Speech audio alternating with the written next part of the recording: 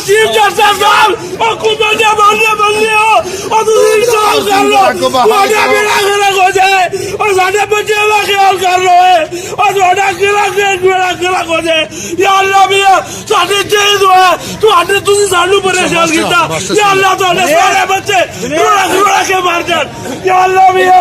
मेरे तेरे बच्चे कोई नहीं साढ़े बीवी बच्चे ने उन्हां दा रोजगार है असी उन्हां नू रोटी खवा के हमारी 2 टाइम की रोटी को हमारे बच्चों की 2 टाइम की रोटी को इन्होंने बंद कर दिया। हम अपने पेट पर पत्थर रख दिया।